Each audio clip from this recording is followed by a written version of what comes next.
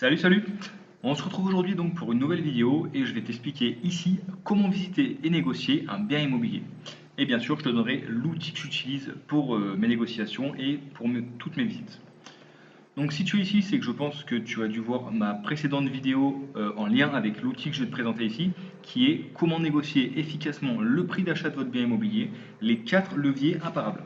Donc si tu veux ma méthode de négociation, si tu veux vraiment apprendre à négocier ton bien immobilier, je t'incite à aller la voir avant de regarder celle-ci, voilà, les deux vidéos sont en lien.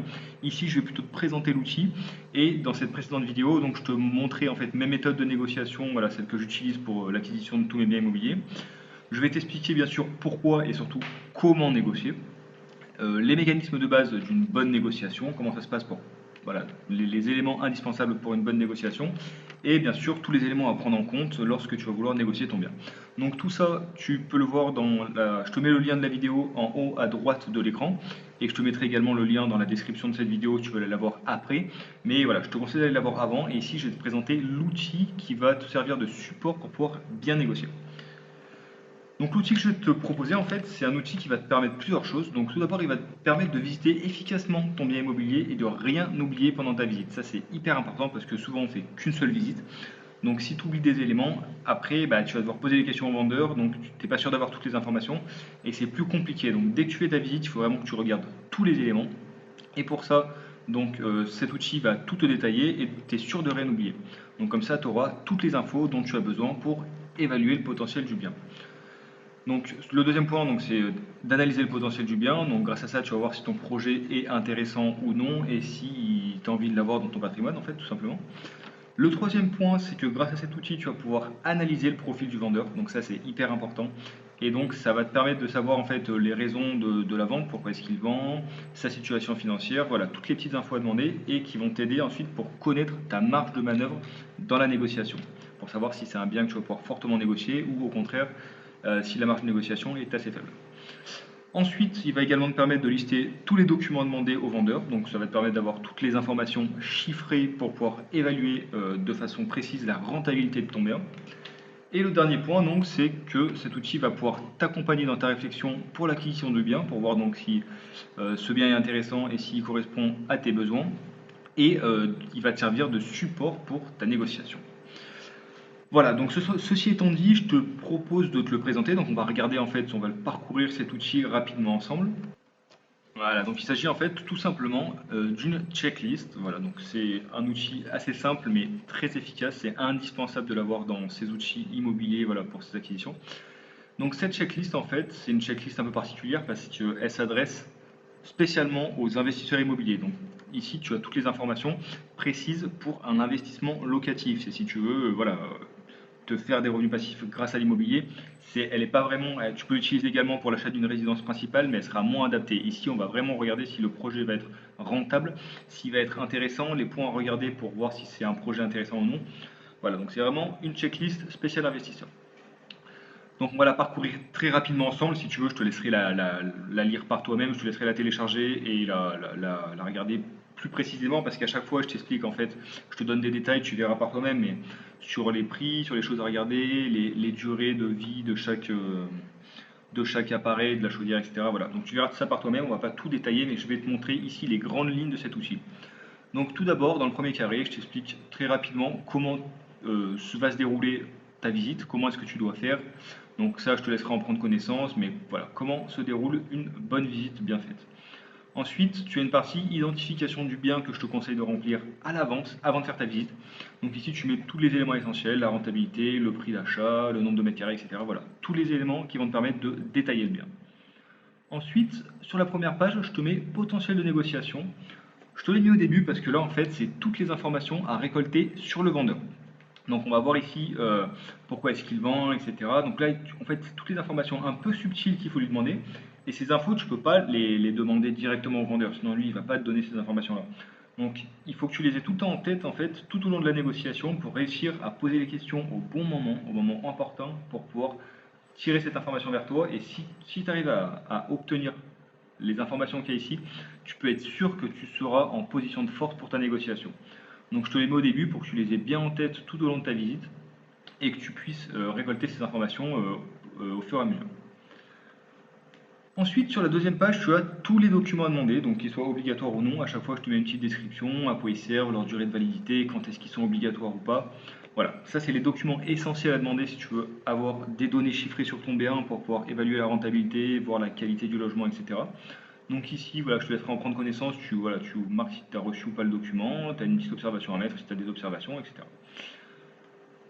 Ok, ensuite on passe à des choses un peu plus précises sur le bien. Donc ici, l'environnement du bien, hyper important si tu veux savoir le potentiel. Une fois que tu vas louer ton bien, l'environnement, ça va être décisif pour voir s'il va y avoir beaucoup de locataires qui vont demander ce bien. Pour savoir donc est-ce qu'il est bien desservi, est-ce que le quartier est bien, est-ce qu'il est proche de toutes les commodités, est-ce que le quartier est sécurisé, voilà. Donc tout ce qui touche à l'environnement, ça va être ici, à remplir avec beaucoup de précautions et essayer de le faire par toi-même avant de visiter le bien et ne pas demander seulement les informations au vendeur parce que le vendeur, bien sûr, il va te dire que il y a des transports à proximité, que le quartier est calme, qu'il n'y a pas de bruit, mais en fait, voilà, le mieux c'est de te faire ton idée à toi pour être sûr des informations que tu mets ici et d'avoir les bonnes infos.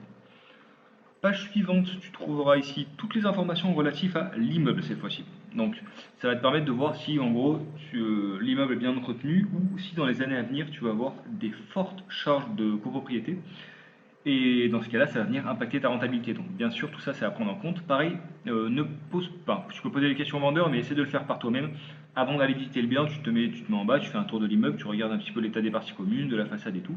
Tu as tout qui est détaillé ici, donc je te laisse suivre ici tout ce qui touche à l'immeuble et remplir ces informations. Et ensuite, on va enfin pouvoir passer à ton appartement, donc à ta visite, au logement que tu vas acquérir toi-même. Donc ici, différentes catégories, hein, tu les as toutes, je te laisserai en prendre connaissance, mais comment est-ce qu'il est agencé et orienté ton bien? Est-ce que tu as toutes les arrivées et les sorties d'eau nécessaires, etc. Le vitrage, voilà. Ensuite, isolation et insonorisation. Hyper important. Si tu veux un locataire qui reste longtemps chez toi, voilà, il faut qu'il s'y sente bien. S'il y a du bruit ou s'il fait froid, que c'est mal insonorisé, que ça lui coûte trop cher en charge, voilà, tu vas pas garder tes locataires longtemps, donc regarde bien ces informations. Ensuite, tu as la ventilation et les aérations pour voir s'il y a des risques de moisissure, etc. Ou si ton bien est bien ventilé et qui va bien perdurer dans le temps, on va dire. Ensuite, tu as tout ce qui est relatif à l'électricité, plomberie, chauffage. Donc ça, je te mets à chaque fois qu'est-ce qu'il faut demander comme diagnostic, la durée de vie des différents équipements, voilà, tu regardes le type de chauffage. Voilà, ici, on va en fait voir si ton bien est intéressant et également s'il est aux normes sur tous les aspects pratiques, on va dire. Ensuite, tu as les revêtements, donc pour voir s'il est en bon état ou non. Donc la structure du logement, les sols, les murs, les plafonds, les portes. Voilà, tout ça c'est important de voir si c'est en bon état ou pas. C'est pas des choses rédhibitoires. Voilà, si c'est à refaire, c'est pas très compliqué. Tu trouveras facilement un artisan ou tu peux facilement le refaire toi-même. Mais par contre, il faut pouvoir quand même évaluer parce que ça coûte des frais. Et si tu vois qu'il y a beaucoup de choses à refaire, pareil pour la modernité juste en dessous. Si tu vois qu'il y a beaucoup de choses à refaire, voilà, il faut le prendre en compte pour ensuite demander une baisse de prix et négocier ce prix, bien entendu, parce que tu vas avoir à mettre des frais dans cet appartement. Ok, donc ensuite, une fois que tu as fait toute ta visite, tu peux lister ici les travaux envisagés. Donc tu vois s'ils sont faciles à faire, si tu peux les faire toi, s'ils sont assez complexes mais que ça ne te dérange pas, que tu peux prendre un artisan, ou s'ils sont rédhibitoires. Donc tu coches une case ici, normalement c'est que ce bien ne te convient pas. Il vaut mieux pas te lancer dedans si pour toi c'est un travaux compliqué et que tu ne te sens pas de le gérer, même si c'est par un artisan, voilà, il faut quand même pouvoir superviser les travaux. Donc si tu vois qu'il y a des choses trop compliquées pour toi, laisse passer ce bien, laisse-le à quelqu'un d'autre et trouve-en un, notamment si c'est ta première acquisition, qui te convienne et dans lequel tu vas te sentir bien, que tu vas pouvoir gérer facilement.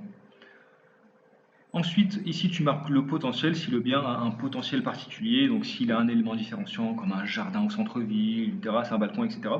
Ça c'est hyper important. Si tu as un garage, une cave, un parking, ça c'est bien parce que si tu veux en fait te faire plus de rentabilité, tu loues en fait tout simplement ton logement sans garage et après tu loues ton garage à côté, ça te rapportera une centaine d'euros par mois, voire plus, ça dépend dans quelle ville tu te trouves.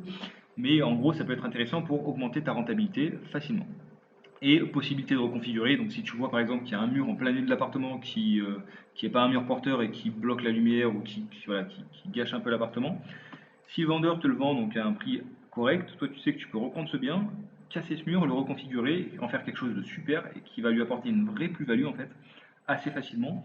Et voilà, donc ici c'est les possibilités de reconfiguration. Donc là c'est vraiment si ton bien a un potentiel, un élément différenciant, quelque chose qui va lui apporter une plus-value. Pour finir, je te conseille de faire un petit schéma de l'appartement, parce que si tu veux te replonger dedans une semaine après ou si tu fais plusieurs visites, c'est toujours intéressant d'avoir les plans, de pouvoir te reprojeter dans l'appartement. Donc ça, vraiment très important à faire avec le recul, moi je te le conseille vraiment beaucoup. Et pour finir, voilà, donc pour décider, ton appréciation générale. Donc ça, je te conseille de le faire à chaud. Donc une fois que tu as fini ta visite, n'attends pas de rentrer chez toi, ne laisse pas passer quelques heures. Remplis-le directement.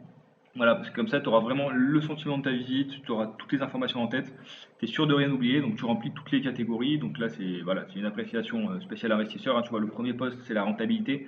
Est-ce que cet investissement est rentable? Va-t-il vous rapporter ou vous coûter de l'argent? Donc ça, c'est le cash flow.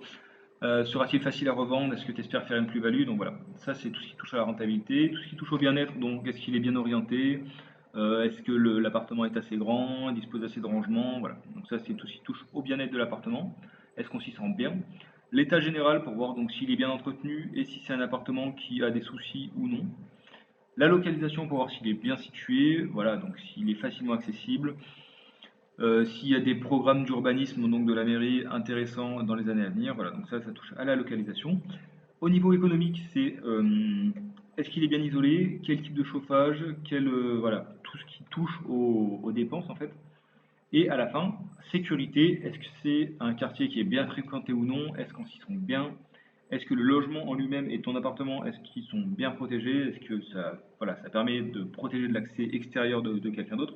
Voilà, tout ça c'est des éléments à prendre en compte et qui vont te servir ensuite pour louer ton appartement plus facilement. Donc, fais bien cette appréciation à chaud et ensuite, dès que tu as fait plusieurs visites, tu n'as plus qu'à reprendre ces éléments et tu compares en fait tes appréciations générales de fin. Et grâce à ça, en fait, tu pourras voir tout simplement quel appartement tu choisis, lequel t'a le plus plu et donc lequel il te faut absolument dans ton patrimoine immobilier. Voilà, donc je pense qu'on a fait à peu près le tour. Il faut savoir bien sûr qu'une bonne négociation, ça se prépare à l'avance, c'est pas quelque chose d'anodin. Donc si tu veux bien négocier ton appartement et faire une bonne visite complète pour être sûr de ne pas te louper, prépare-la bien en avance. Moi, ce que je te conseille, c'est tu prends cette checklist que je t'ai faite, tu l'imprimes en 500 exemplaires et tu prends rendez-vous, tu vas visiter tous les biens de ta région, tu vas tous les voir, tu vas tous les négocier. Et tu verras qu'avec ça, non seulement tu vas gagner en confiance en toi pour négocier, tu verras que à force de faire des offres, tu sauras comment faire des offres qui peuvent passer, ou tu sauras ta marge de négociation. Et surtout, pour tes visites, tu vas avoir l'œil de l'investisseur. C'est-à-dire qu'il y a des petites choses qu'il faut voir, mais si tu, voilà, la première fois, c'est sûr que tu vas pas les voir, et ensuite, au fur et à mesure, à force d'expérience, tu auras l'œil pour repérer le potentiel du bien, les choses à suivre, ce qui va t'apporter de la rentabilité ou ce qui risque de te coûter de l'argent à terme. Voilà. Donc ça vraiment, je te conseille de t'entraîner. Il n'y a qu'une chose qui sert, hein, c'est pour progresser, c'est vraiment de s'entraîner, de progresser, de pratiquer, quoi. Et tu verras donc qu'avec un bon support, donc avec ma checklist et avec un peu d'entraînement, donc tu vas finir par négocier comme un professionnel. Voilà, je te laisse donc. Si ça t'a plu, merci de liker la vidéo et abonne-toi. Je vais bientôt te présenter de nouveaux outils. Si tu as des stratégies particulières de négociation ou pour visiter tes appartements, n'hésite pas à nous laisser un commentaire pour nous en faire part dans cette vidéo. Et donc voilà, si tu veux avoir accès à ma checklist, suis la procédure dans la description de cette vidéo, c'est très simple, c'est très rapide, hein. Et si tu veux avoir accès à mon outil d'analyse de rentabilité, tu peux cliquer sur la vidéo qui s'affiche à droite de l'écran. Et donc pareil, donc ça va te permettre d'analyser ton bien. C'est un outil assez simple, hein, assez simple et rapide à utiliser. Il te permet d'analyser ton bien, de calculer sa rentabilité et son cash flow, ce qui est hyper important parce que je vois beaucoup de gens qui calculent mal leur rentabilité, leur cash flow et qui se retrouvent ensuite avec des biens qui leur coûtent de l'argent parce qu'ils n'ont pas calculé leur fiscalité ou parce qu'ils ont oublié des charges. Donc va vraiment voir cette vidéo et fais des calculs corrects pour ensuite être sûr que ton investissement te rapporte de l'argent. Et voilà, donc, et ça te permettra également de savoir à partir de quel prix d'achat ton investissement sera rentable. Voilà, donc je te dis merci, à très vite, on se retrouve bientôt dans de nouvelles vidéos et je te souhaite une bonne réussite dans tes négociations et tes projets immobiliers. Ciao ciao.